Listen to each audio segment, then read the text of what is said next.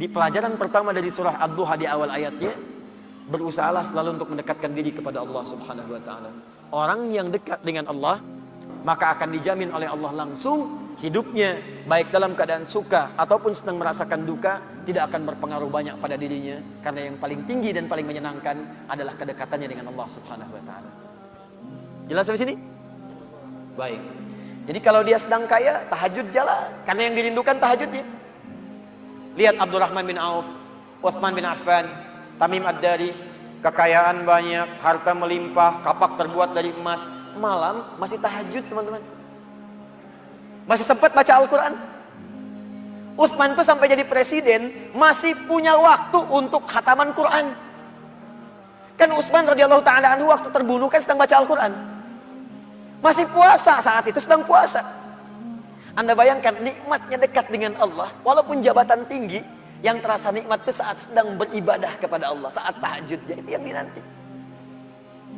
Nabi itu kedudukannya paling tinggi, tapi kapan merasakan kenyamanan? Saat tahajud, sampai tak terasa rakaat pertamanya 5 juz 4 halaman. Paling sedikit 100 ayat. Saya mau tanya pada Anda, pernah nggak merasakan kenikmatan seperti itu? Apakah nikmat saat dapat door prize, apa saat baca wadduhanya? Ayo coba rasakan, sampai hadir situasi itu. Sampai enak, tahajud tuh diburu gitu. Bukan karena IPK-nya dapat 4. Bukan karena dapat proyek besar. Tapi yang dirasakan, ya Allah, terima kasih engkau titipkan ini. Dan dia kejar siapa yang memberikannya. Kejar malamnya, kejar bacaan Qur'annya, kejar puasanya. Itulah yang sesungguhnya hakikat dalam kehidupan kita. Satu poin pertama. Kalau ada orang yang sudah bisa mendekat kepada Allah, maka Allah jamin. Dalam syukurnya, dalam situasi dia tenangnya, nyamannya, dia tidak akan menjauh dari Allah. Dan dalam situasi dapat musibah pun tidak akan banyak berpengaruh dalam kehidupannya. 2. Allah bersumpah lagi, walal akhiratu khairul laka minal. Ini yang hebat. Saya kemarin bikin quotes, lalu kita sebarkan. Ini sebetulnya di antara esensi surah Ad-Duha. Kata Allah, Muhammad, saya bersumpah kepadamu, yakinkan pada jiwamu, nanti saat kamu ke akhirat, suasananya akan lebih enak dibandingkan dengan sekarang. Akhirat itu lebih baik dari apa yang kamu rasakan sekarang di dunia. Maksudnya begini, kalau kamu sedang capek, kamu sedang ada musibah, kamu sedang lelah, sabar. Nanti kalau sudah pulang, semuanya akan hilang. Memang dunia itu tempat capek, karena memang tempat beramal.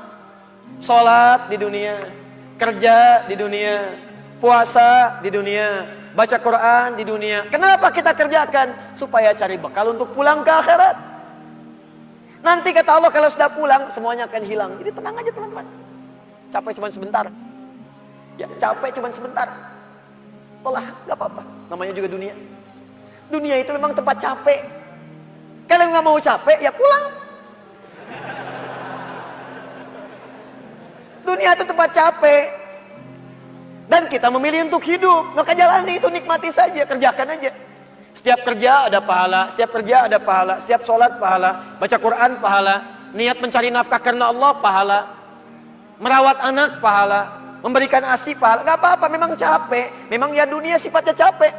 Setiap tahapan tuh capek lagi, biasa. Supaya dapat bekal. Bukankah orang kerja dapat gaji? Dan enak kan kalau gajian? Dan kalau sudah dapat gaji, lupa kan 29 hari ke belakang? Anda itu bekerja, kerja, berangkat gelap, pulang gelap. Tapi kalau sudah dapat gaji, semua itu kan hilang lupanya. Pergi ke Lembang, ya, jalan sama keluarga. Ada yang ke Palembang, beli pempek. Ada yang ke Lembang, beli mak Lembang. Semuanya kayaknya hilang aja. Besoknya kerja lagi. Kata Allah, saya janjikan yang lebih dahsyat. Kamu sabar saat di dunia, karena dunia memang tempatnya capek. Kamu cari bekal aja. Nanti saat pulang ke akhirat, saya berikan yang lebih indah dan gak akan pernah ada capek lagi.